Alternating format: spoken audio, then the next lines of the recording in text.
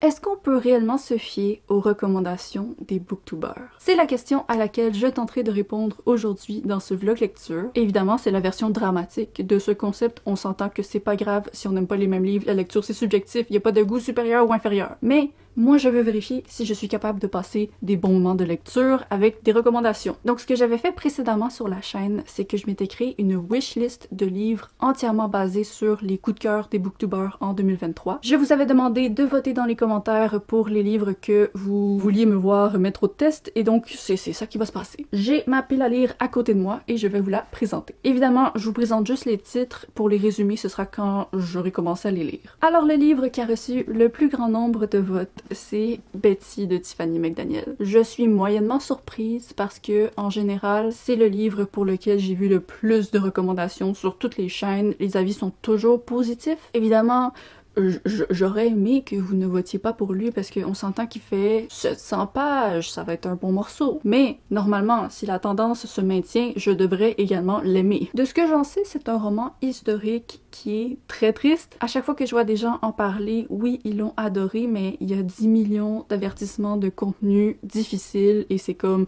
prépare ta boîte de mouchoirs parce que ça va couler. Donc, je me prépare mentalement du mieux que je peux. Avec le prochain livre, on va y aller dans un mood un peu plus joyeux. Donc, vous avez voté pour Check and Mate de Ali Hazelwood. J'étais vraiment contente quand j'ai vu qu'il avait gagné et je suis tout de suite allée le chercher à la librairie. Je l'ai acheté. À cause de cette vidéo, je dois admettre que ma palle est remontée en haut des 100 livres, mais c'est pas de ma faute, là, c'est pas de ma faute. C'est un petit peu de ma faute. Mais donc, évidemment, nous sommes sur une romance, mais cette fois-ci, c'est une romance jeune adulte. Ali Hazelwood, c'est une autrice que j'aime beaucoup dans ses romances adultes, donc j'ai hâte de voir ça va être quoi cette fois-ci, genre s'il va y avoir une différence dans le ton. Et tout ce que j'espère, c'est qu'il y aura rien d'énervant là-dedans et que je vais passer le plus beau moment du monde. Hello, est-ce qu'on vit sur la même planète?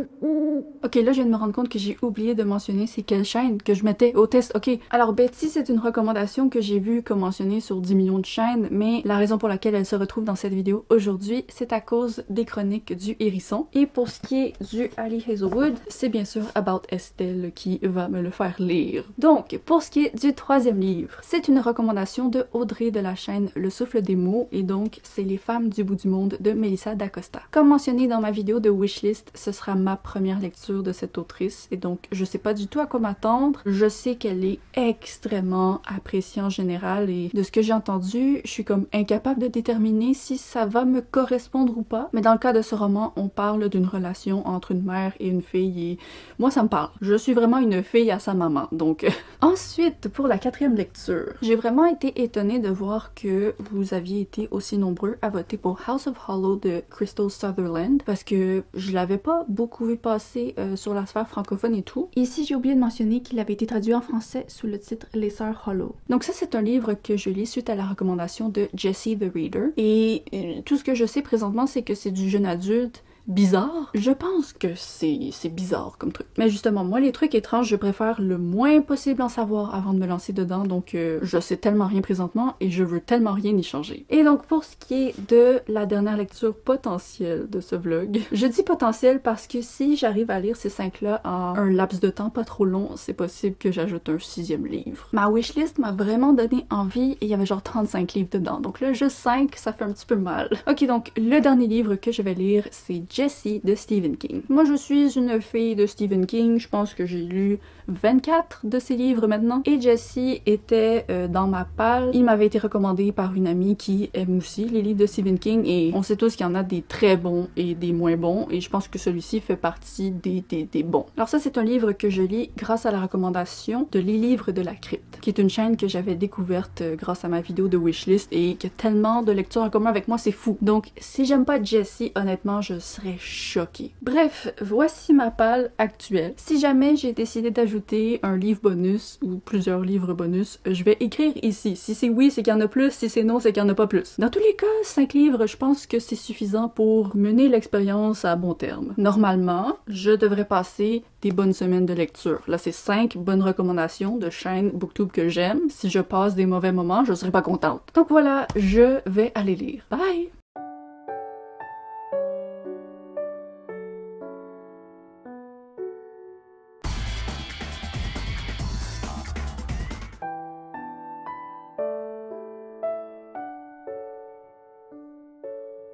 Ok, je me présente à vous un petit peu à contre-cœur ce soir parce que je suis rendue à la moitié de Betsy. J'ai lu 368 pages et j'ai pas envie de filmer ça en ce moment, j'ai juste envie de continuer à le lire. Chaque fois que j'ouvre ce livre en me disant ok, je vais lire 50 pages, je finis par en lire genre 2 fois plus. Je suis totalement absorbée dans ma lecture et d'un côté c'est pas que j'aurais rien à vous dire présentement sur comment je me sens, mais d'un autre côté c'est que j'ai même pas envie de prendre le temps de vous dire comment je me sens parce que je veux juste le terminer. Donc désolée pour cette minuscule mise à jour, mais je pense que je vais juste écouter mon cœur et mon cœur me dit de fermer cette caméra et de juste continuer à lire. On se reparle quand j'ai terminé.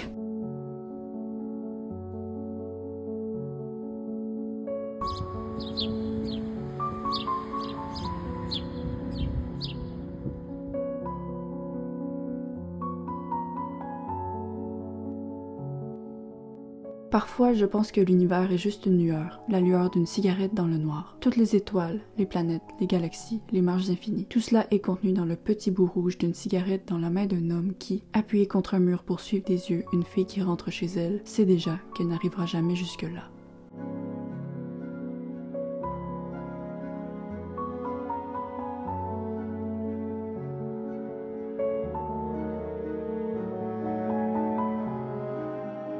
C'est un des meilleurs livres que j'ai lu de ma vie. Je sais même pas comment je vais vous en parler. Je sais même pas comment exprimer tout l'amour que j'ai pour ce livre. Je tiens déjà à m'excuser aux prochaines chaînes que je vais mettre au test dans ce vlog parce que c'est impossible que vous gagniez face à lui. Les Chroniques du Hérisson a gagné. J'arrive pas à croire que je viens de trouver peut-être le deuxième meilleur livre que j'ai lu de ma vie. Et objectivement, je trouve qu'il est meilleur que mon livre préféré, mais il peut pas détrôner mon livre préféré à cause d'une raison particulière, mais c'était incroyable! Betsy, c'est un livre qui ne se vend pas avec son résumé. Ça se déroule en Ohio dans la première moitié des années 1900 et on suit une famille qui est juste suivie par les drames. Betsy, c'est la 6e enfant de cette famille de 8 et le père est d'origine cherokee et la mère est blanche. Et les circonstances génétiques ont fait en sorte que la plupart des enfants ont l'air blanc tandis que Betsy est visiblement autochtone. Et donc,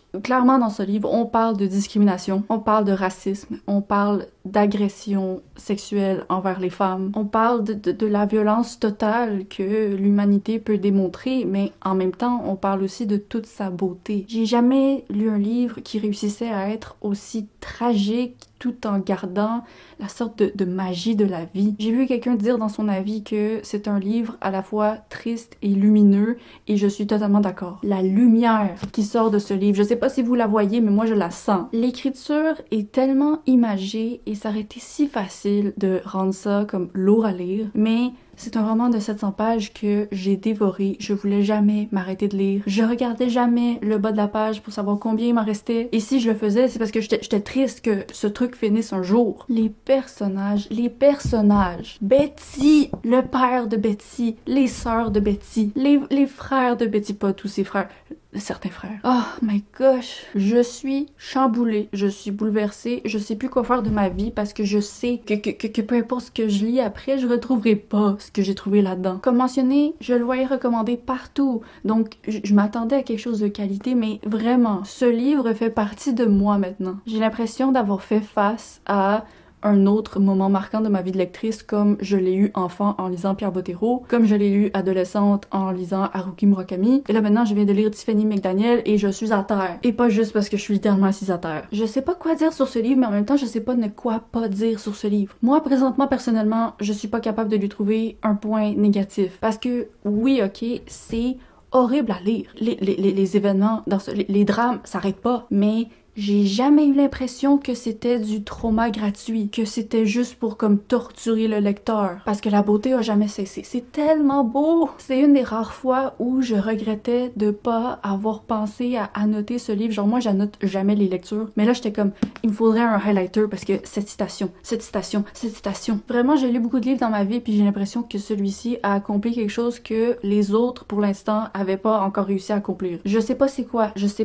Et le pire là-dedans là, c'est que ben, Betty, elle existe vraiment, c'est la mère de l'autrice. Et oui, ok, c'est une fiction, genre je pense pas que ça reprend, j'espère que ça reprend pas les événements exacts de sa vie. Mais tu vas sur le site de l'autrice, puis tu vois les visages des personnages, tu vois le visage de Freya, de Lind, de Flossie. Et donc ce sont des personnes qui ont déjà été vivantes, mais les personnages qu'elle aura donnés dans le livre, parce que je suis certaine que c'est pas exactement eux, mais ces personnages-là étaient tellement vivants. Oh, je sais pas qu'est-ce que je suis. Je m'attendais pas à démarrer ce vlog sur un aussi gros boom. Je m'attendais pas à démarrer l'année sur un aussi gros boom. Ce livre, je lui donnerais 10 étoiles. J'ai tellement aimé. Je pense que vous le comprenez. J'ai aimé. Je peux uniquement le recommander. Je vois pas qu'est-ce que je pourrais faire d'autre. Littéralement, j'ai juste envie de crier à la terre entière, lisez Betty. Mais en même temps, je sais pas à quel point je peux me permettre de faire ça parce que le contenu là-dedans est extrêmement dur. C'est pas facile, vous allez pleurer. Je sais pas comment j'ai fait pour ne pas pleurer. Je commence à me questionner sur si j'ai des problèmes dans la vie parce que c'est comme scientifiquement bizarre que j'ai pas pleuré en lisant ça. Mais donc si vous pensez que vous êtes capable de faire face au contenu de ce livre, ben il faut y faire face. C'était magnifique! Je suis tellement contente d'avoir décidé de l'acheter juste parce que sur la couverture, la petite fille était sous le ciel. Parce que maintenant, je vous jure, là, c'est une partie intégrale de moi-même, là. Ça fait partie de ma personnalité désormais. Genre hier, je m'appelais Mamaki, puis aujourd'hui, je m'appelle Mama Betty. Donc, est-ce que j'ai fini de parler de ce livre? Je devrais pas. Je devrais être capable d'en parler pendant 1 an. Mais je pense que si je continue à en parler, je vais juste me répéter. Donc, je vais conclure cette mise à jour ici. L'année dernière, dans mon vlog BookTube, j'avais pas réussi à trouver un seul 5 étoiles. Là, j'ai trouvé le livre de ma vie, genre littéralement. Donc, je suis ouverte à trouver d'autres coups de cœur dans ce vlog, bien sûr. Mais j'ai l'impression que c'est injuste pour eux que je les lise après avoir lu ce truc-là. Donc, voilà. Merci les Chroniques du Hérisson. Merci à toutes les chaînes qui l'ont recommandé sans cesse. J'aurais dû vous écouter, je n'aurais jamais dû procrastiner ce truc. Pourquoi j'ai procrastiné ce truc? Bref, on va passer à la prochaine lecture. Je sais pas c'est laquelle. Je vais me prendre quelques jours pour digérer ceci avant de continuer le tournage de ce vlog là, parce que je suis plus là, je suis pas là.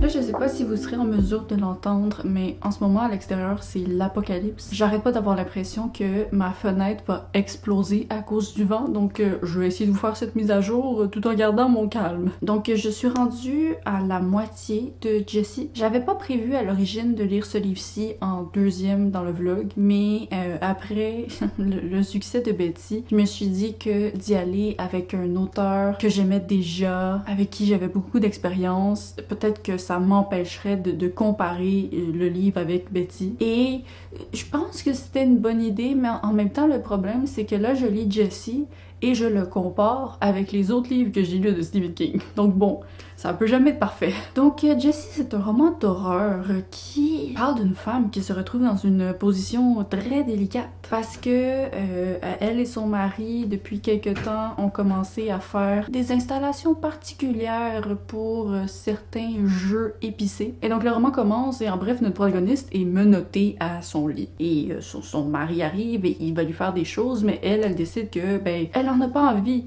Je comprends. Moi non plus, j'aurais pas envie. Mais le mari, il a d'autres choses en tête.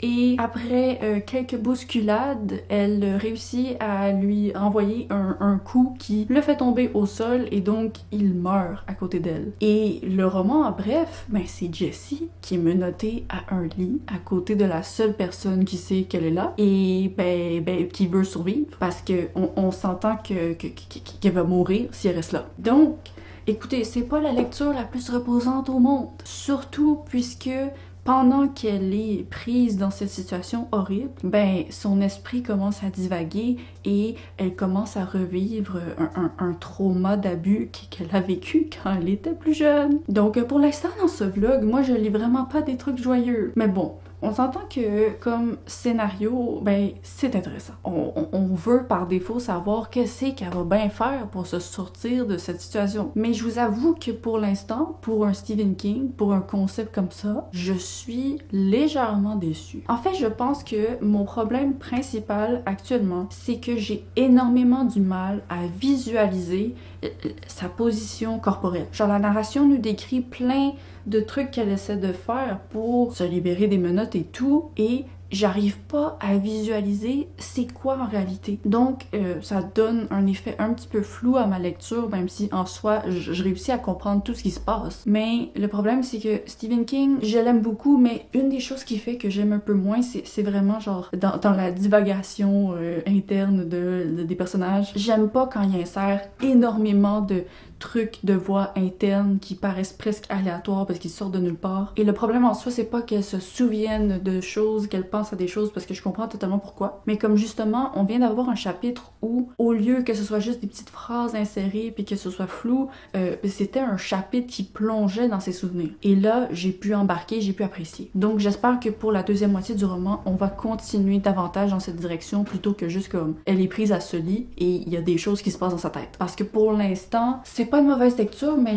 je sais pas à quel point c'est comme une bonne lecture. Donc voilà, je vais continuer à lire et quand je l'aurai terminé, on va s'en reparler. Bon là, comme d'habitude, il faut pas questionner, ok? Il faut juste accepter. Bon matin, je suis en train de tester présentement une nouvelle recette. J'ai aucune idée si ça va être un succès, mais donc si vous entendez des bruits et tout, c'est ça. Je sais pas c'était quoi l'idée de filmer en cuisinant, je suis désolée pour le bruit, oh mon dieu. Ok, alors je vais vous parler parce que j'ai terminé Jessie. Et il y a eu un phénomène particulier. Moi dans la vie, je suis quelqu'un qui est capable de lire des contenus extrêmement durs, genre au niveau de la violence, des thrillers, de l'horreur et tout. D'habitude, j'ai pas de difficulté. Il y a seulement eu 2 livres dans ma vie qui m'ont donné de la difficulté à cause de la violence de leurs scènes. Et après avoir lu Jessie, ben il y en a 3. Mais le truc qui est fou là-dedans, c'est que Jessie, c'est une recommandation de la chaîne des livres de la crypte. Et dans son top 10, il y avait un des autres livres pour qui j'avais eu énormément de difficultés à digérer une des scènes, et c'était Miso Soup de Ryo Murakami. Donc, je trouve ça fou de constater que parmi toutes les centaines de livres que j'ai lus dans ma vie, il y en a juste 3 qui m'ont fait ça, puis il y en a 2 qui étaient dans le top 10 des livres de la crypte cette année. J'espère vraiment que c'est pas trop bouillant. Oui, c'est trop bouillant. Oui. Donc voilà, dans Jessie, il y a eu une scène qui m'a particulièrement fait mal à lire, et même que j'ai dû la lire genre presque à la diagonale tellement ça me faisait physiquement mal. J'étais pas capable. Donc des livres qui apportent des sentiments comme ça, moi j'apprécie toujours. C'est cool de savoir que les mots peuvent me faire aussi mal que les images. Mais sinon, ce livre l'a pas trop fait pour moi. Genre, j'apprécie ce qu'il a fait. Le concept en soi intéressant. L'intensité du roman était là, certainement. Mais je pense que c'était juste pas le type de truc que j'aime lire chez Stephen King. Je sais pas, j'ai pas réussi à accrocher de la manière que j'accroche habituellement ses œuvres. Et bon, ça s'est amélioré dans la partie du milieu. J'étais plus dans le récit. Mais le dernier tiers du livre part dans une direction différente, puis là j'avais juste hâte que ce roman se termine, honnêtement. Je trouve ça dommage parce que autrement, tu sais, tous les livres qui étaient dans le top de la booktubeuse que je suis en train de tester présentement, c'était des trucs qui me parlaient. C'était une des personnes avec qui j'avais le plus de trucs en commun, donc c'est sûr qu'à l'avenir, je vais continuer à écouter ses recommandations. Mais je vous avoue que en tant que fan de Stephen King, celui-ci était un petit peu un flop. Comme je l'ai dit, ça l'a juste pas fait pour moi. Si quelqu'un me dit qu'ils ont adoré le livre, je vais pas être comme oh, qu'est-ce que t'as aimé là-dedans? Mais moi, y a rien que j'ai énormément pas aimé, mais y a rien que j'ai énormément aimé. Donc, je lui ai donné 2,75 étoiles. Et est-ce que ça peut être en partie à cause du fait que j'avais lu Betty juste avant? Peut-être, je pense pas, mais écoutez, tout est possible. Betty, chaque jour de ma vie en ce moment, je me réveille, je pense à ce livre et je suis comme, je m'en suis pas remise. Donc, on va passer à la prochaine recommandation. Et cette fois-ci, je vais y aller avec le Ali Hazelwood. Yes. Bon, c'est l'heure de vérifier si c'est bon pour de vrai.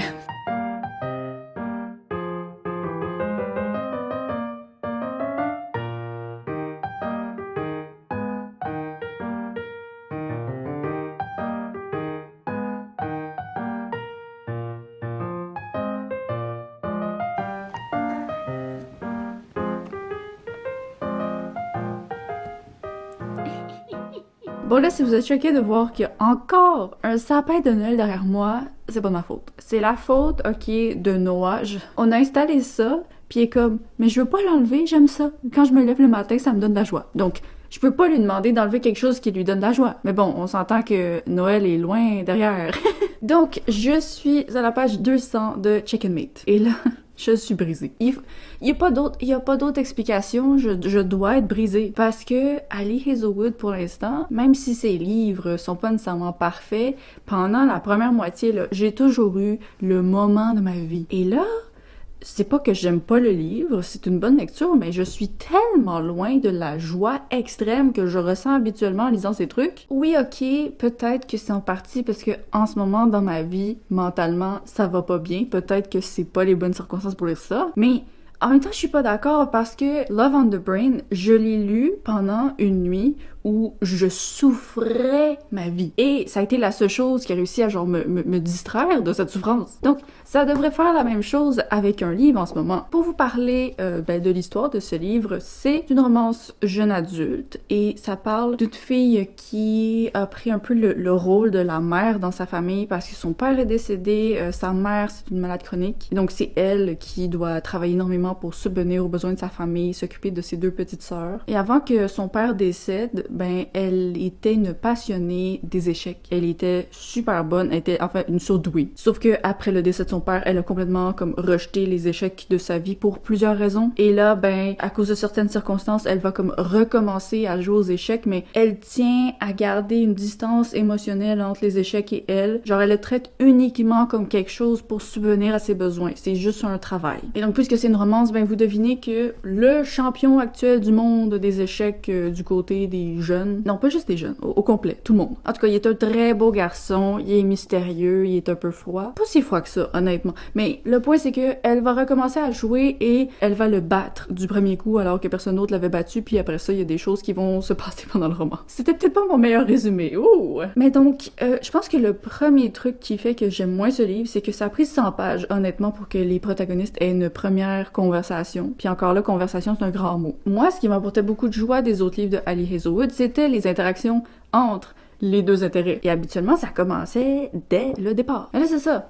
100 pages, ok? Là, je suis à la page 200. Et là, je commence à m'inquiéter parce que, tu sais, j'approche quand même la fin du livre et je sais que c'est une romance, donc il va y avoir une crise des 80%. Moi, les crises des 80%, c'est pas le meilleur moment que je passe en général. Donc là, j'ai peur parce que je suis pas suffisamment attachée à ces personnages et à leurs relations pour pouvoir encaisser une crise des 80% qui est énervante. Donc, je prie excessivement fort pour que cette crise-là soit pas énervante ou alors qu'elle soit juste pas là. J'ai pas confiance. Je suis sûre qu'il y en a une. Donc pour l'instant, c'est une lecture qui est quand même amusante. C'est juste que c'est décevant parce que, hey, est-ce que c'est la même chose avec Stephen King où je compare avec d'autres livres de l'auteur que j'ai lus? Bon, ça pourra pas faire ce problème-là avec les autres livres du vlog parce que c'est des auteurs que j'ai jamais lus, mais ok, je garde un œil là-dessus. Je vais aller terminer. On s'en reparle. Bye! Un sapin, esti. Un sapin.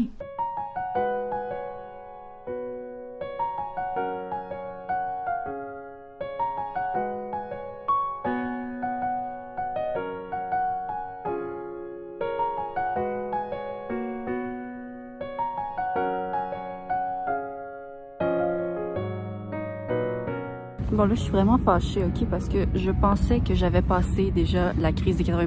Mais non, elle m'attendait encore. C'est quoi, il y en a 2? Il y a 2 crises des 80%? Il y en a une à 80 et 90? Je suis pas contente, je suis pas contente.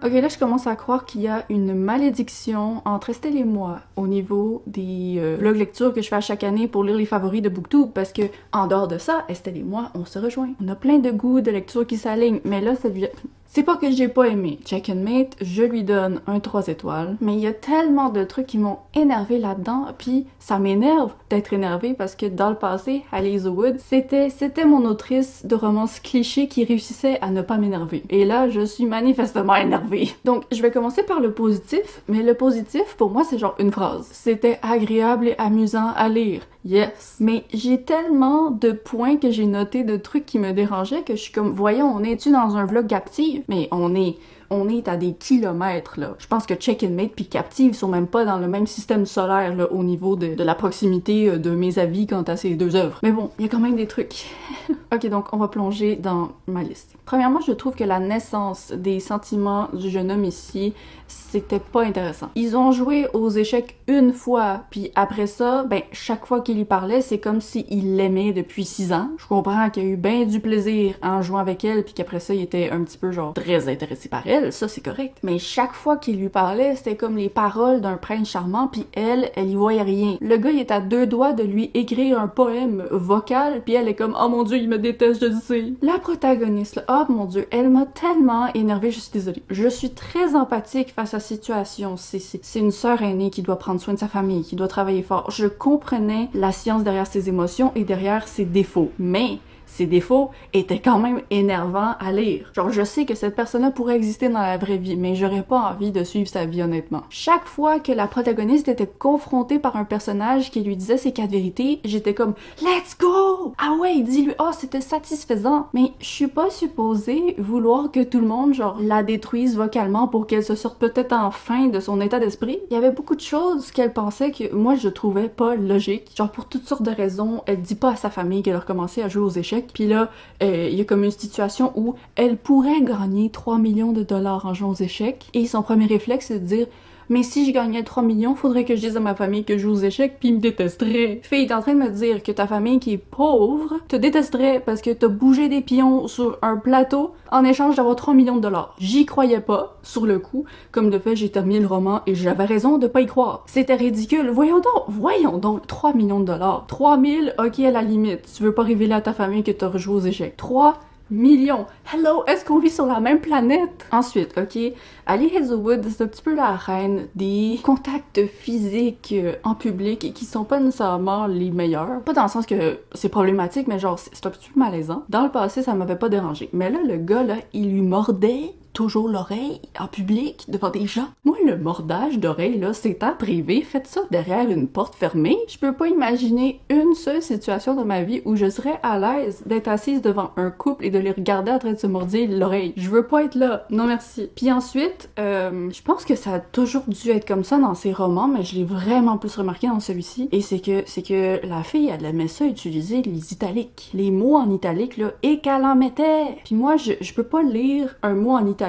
sans mettre l'accent dessus avec mon cerveau parce que c'est à ça que ça sert. Donc là, quand il y a des extraits comme celui-ci, moi c'est comme ça que je le lis, ok? No, listen, I don't care. I'm not supposed to care about whether you... I'm not supposed to be thinking about you at all. I have a family to take care of, shit to get done. But you kiss me, then ignore me like nothing happened. Right. He crosses his arms. That's your move, isn't it? Et je comprends totalement pourquoi elle l'écrit comme ça, parce que vocalement, je suis sûre que les personnes mettraient l'accent sur ces mots, mais moi, j'ai pas besoin d'italique pour comprendre que c'est comme ça qu'il dirait, genre. L'italique, là, je veux uniquement qu'il soit utilisé sur comme une phrase pour vraiment mettre énormément d'impact là-dessus. Là, c'était un overload d'italique. Mon cerveau, il était pas capable de lire aucune phrase normalement. C'était tout le temps C'est ma représentation physique de l'italique. Et donc voilà, écoutez, autour de moi, presque tout le monde a adoré ce truc. Je suis potentiellement peut-être trop aigrie, ou alors je la compare peut-être trop avec ce que j'ai déjà lu de sa plume, mais honnêtement, je pense pas. Je pense vraiment que dans tous les cas, ce livre m'aurait énervé. Donc écoutez, s'il y a des gens qui vous le recommandent, moi je pense que ça vaut la peine de les écouter, mais moi je vais pas le recommander. Je vais continuer à lire les autres livres que cette autrice va publier parce que pour l'instant j'ai mis 2 sur 3, mais vraiment pour moi ça a été un flop, un bon 3 étoiles mais un flop. Donc on va continuer le vlog. Je sais qu'il y a rien qui va arriver à la cheville de Betty, mais j'aimerais vraiment trouver au moins genre un 4 étoiles pour la suite s'il vous plaît. Bye!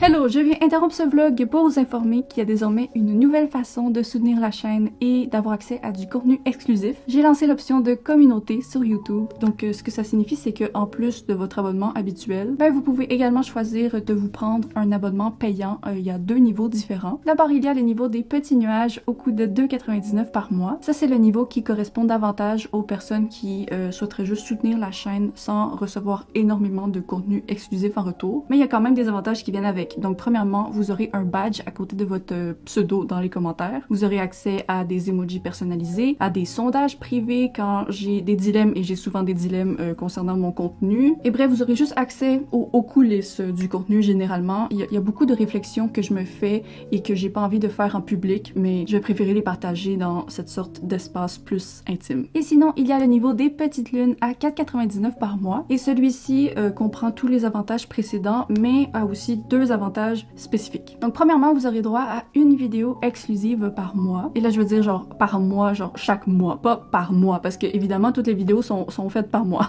Donc la première vidéo bonus sortira le 12 avril, et ce sera un bilan stats de lecture de mon mois. Mon intention, c'est de vraiment faire quelque chose de plus cosy que d'habitude, avec un peu moins de montage, plus dans le style d'une vidéo que je fais pour moi, pour faire une réflexion sur le mois que je viens de vivre, les lectures et tout, au lieu d'une vidéo que j'essaie de monter comme un gros moment de divertissement. Donc ça, c'est le premier avantage. Et le deuxième avantage, c'est celui du bocal des membres. Donc chaque mois de votre abonnement, vous pouvez me suggérer un titre que je mettrai dans un bocal, et lorsqu'il sera temps de sélectionner ma pile à lire saisonnière, je piocherai 1 à 2 titres dans ce bocal et je serai obligée de les lire. Évidemment, vous n'êtes pas obligé de me suggérer des livres que vous pensez que je vais aimer. Donc voilà, si c'est quelque chose qui vous intéresse, je vous invite à cliquer sur le bouton rejoindre dans... C'est pas vraiment la description, c'est à côté de mon pseudo, à côté de l'endroit où vous cliquez pour vous abonner normalement. Pour l'instant, nous sommes une quinzaine de membres, donc c'est assez intime, et je vais accueillir avec plaisir n'importe qui souhaiterait nous joindre. On retourne à la vidéo.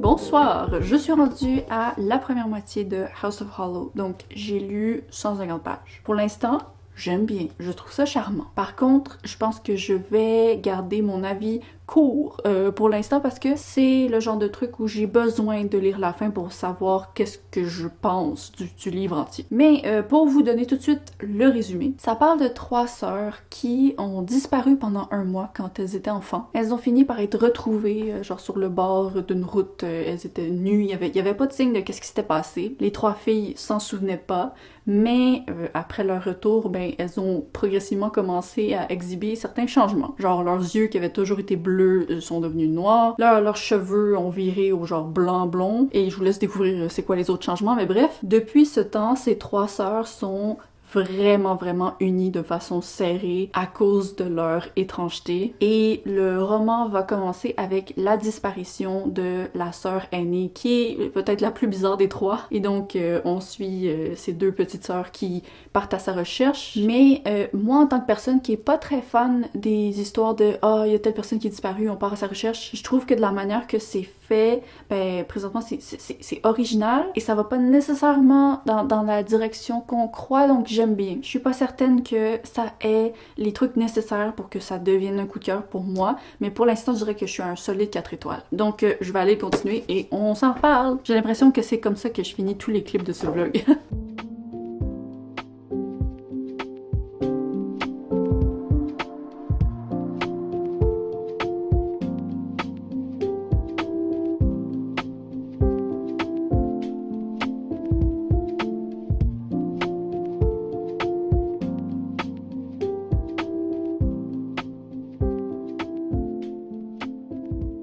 Bon, j'ai terminé House of Hollow et j'ai eu le 4 étoiles que j'espérais. C'était bien agréable, c'était charmant, j'aimais l'ambiance, j'aimais le lien entre les sœurs. Ce qui est un peu fou par contre, c'est que j'ai deviné chacune des révélations qu'il y avait à la fin, mais c'était pas frustrant d'avoir deviné à l'avance parce que c'est ça que je souhaitais qu'il se passe. Donc c'était plus comme ok, cool, elle est allée exactement là où je pensais qu'elle devrait aller. Genre même si ça aurait été cool d'avoir la surprise de ces éléments, ben je préfère les avoir devinés plutôt que de lire quelque chose d'autre qui m'aurait déçu parce que c'était pas ces trucs-là. Personnellement, pour du jeune adulte bizarre, je trouve que ça a bien réussi du jeune adulte bizarre. Je recommande, ça a pas changé ma vie, mais c'était bien agréable, donc merci. Donc aujourd'hui, je venais pour vous donner mon avis final sur House of Hollow, mais je venais aussi pour vous parler d'un autre livre que j'ai terminé. Et C'est un livre bonus. Il était pas dans la palle. Mais donc, pendant que je filmais ce vlog, ben, j'écoutais en livre audio The Hearing Trumpet de Leonora Carrington. C'était la meilleure lecture de Paper Palace en 2023. Et puisqu'elle représentait comme un gros morceau de mon vlog BookTube de l'année dernière, je trouvais ça bizarre de pas la remettre au test cette année. Donc, c'est ça. J'ai décidé de me le taper en audio. C'est un petit livre. Et honnêtement, je suis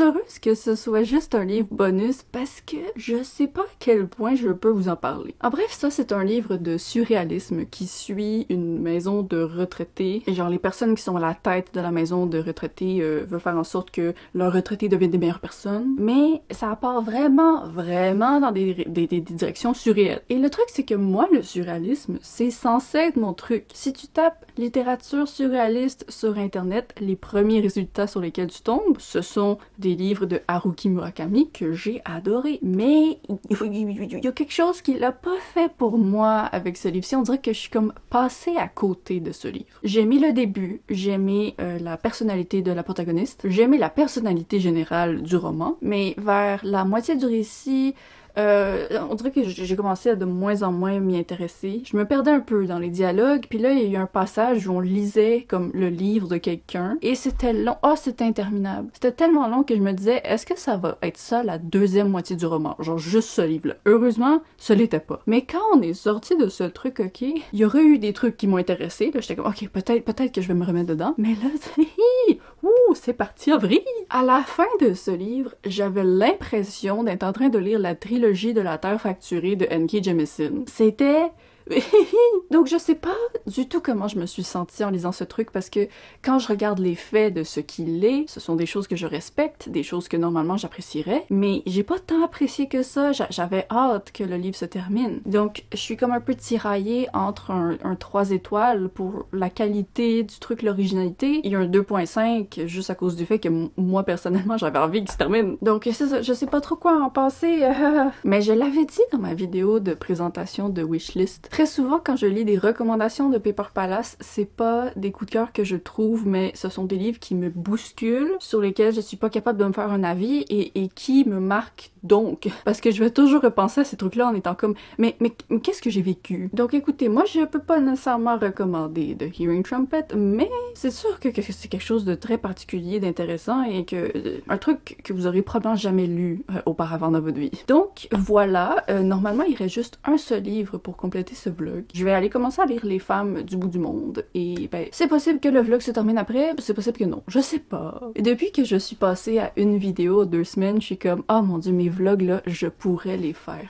épais. Je pourrais te lire genre 10 livres par vlog à chaque fois, let's go. Non, peut-être pas let's go. Après ça, là moi quand je vais faire le montage, là, je vais plus être let's go. Ok, bye!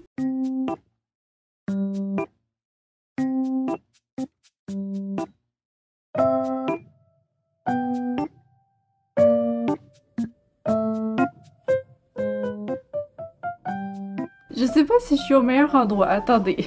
Ok, donc je suis à 55% des femmes du bout du monde. J'aime quand même beaucoup pour l'instant. C'est quand même fou parce que j'ai commencé ce livre et j'aimais pas vraiment la plume. Pas dans le sens que c'est pas écrit, c'est bien écrit. La personne qui écrit ça, c'est quelqu'un qui sait bien écrire. Mais il y avait quelque chose dans le style qui collait pas avec moi. Mais malgré tout, j'ai réussi à embarquer dans le récit et à m'accrocher à ces personnages-là. Parce qu'en bref, ce livre, c'est l'histoire d'une mère et d'une fille qui ont un camping en Nouvelle-Zélande, donc au bout du monde. Et il va y avoir une Française qui va les rejoindre, qui va utiliser ce camping comme opportunité de fuir sa vie et à première vue de toutes les choses qu'elle a faites pour la ruiner. Et aussi, ben, elle va aider cette mère et cette fille avec le camping. Mais il va y avoir un lien très particulier qui va se développer entre cette Française et la fille. Et là, je dis la fille parce que, ben, c'est une mère et une fille, mais c'est une fille adulte, c'est une femme. Et ouais, donc pour l'instant, je trouve ça très intéressant au niveau du développement de la dynamique entre ces trois femmes.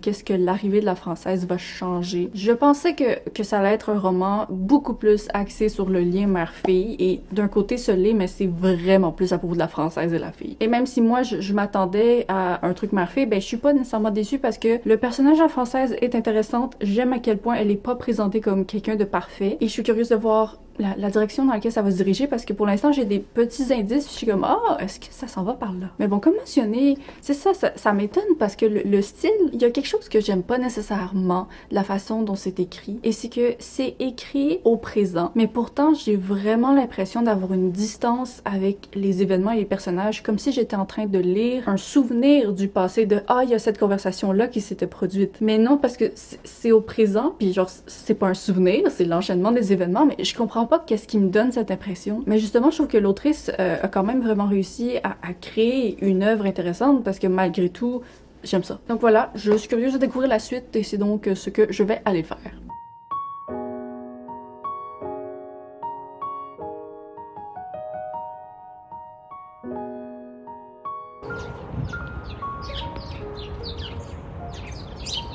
J'ai terminé Les femmes du bout du monde, qui était une recommandation de la chaîne Le Souffle des mots, et je suis contente de dire qu'au final, ben, ça a été une bonne lecture. Je suis légèrement déçue, juste parce que je pensais que ça pourrait monter encore plus positif que ma note finale que vous découvrirez bientôt, mais j'ai un petit peu l'impression que les 50 dernières pages étaient moins intéressantes que le livre. Dans le sens que le livre entier se concentrait, comme mentionné, sur la progression de la relation entre la fille et la française, et ben éventuellement cette relation a comme atteint un plateau. On connaissait très bien l'affection qu'elles avaient l'une pour l'autre, et donc c'était plus une question de comme fermer tous les petits chemins qui avaient été ouverts pendant le récit, mais tu sais, comme je dis, c'était des petits chemins. Moi personnellement, j'aurais très bien vécu sans qu'ils soient fermés, ou je veux dire, non, c'était une chose positive là, de les fermer, mais c'est juste que, je sais pas, je pense vraiment que la portion finale aurait pu être juste exécutée d'une manière un petit peu plus à la hauteur du reste. Donc pour moi, je termine ceci et c'est un bon 4 étoiles. Je suis contente d'avoir enfin mis au test Melissa d'Acosta. Je la voyais partout et j'avais aucune idée c'était quoi son style de récit. Au final,